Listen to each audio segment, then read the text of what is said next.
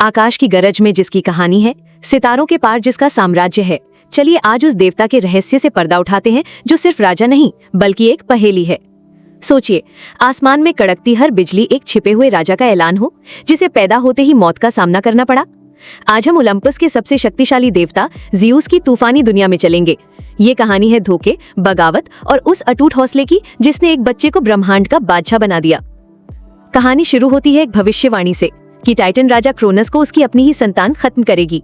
इस डर से वो अपने हर बच्चे को जन्मते ही निगल गया, पर उसकी पत्नी रिया ने अपने आखिरी बच्चे ज़्यूस को बचाने की ठानी।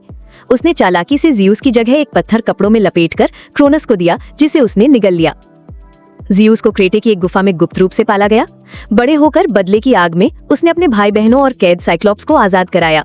एहसान के तौर पर साइक्लॉप्स ने उसे उसका शक्तिशाली हथियार बिजली का वज्र बनाकर दिया। इसके बाद छिड़ा ब्रह्मांड का महायुद्ध, टाइटैनोमैकी। 10 साल चले इस युद्ध में ज़्यूस और उसके साथियों की जीत हुई और उन्होंने टाइटन्स को हमेशा के लिए कैद कर लिया। जीत के बाद ज़्यूस आकाश का, पोसाइडन समुद्र का और हेड्स पाताल लोक का राजा बना। ज़्यूस ओलंपस का सर्वोच्च शासक बन गया, लेकिन उसका चरित्र जटिल था। वो न्याय का देवता था, पर उसका क्रोध भी विनाशकारी था।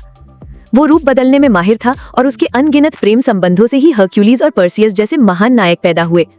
उसकी कहानी हमें सिखाती है कि वो एक ही समय में व्यवस्था का रक्षक भी था और अराजकता का स्रोत भी, जो शक्ति के संतुलन की एक मिसाल है। तो ये थी ज़्यूस की कहानी, एक भविष्यवाणी से बचकर अपने पिता से लड़कर ब्रह्मांड का राजा बनने तक।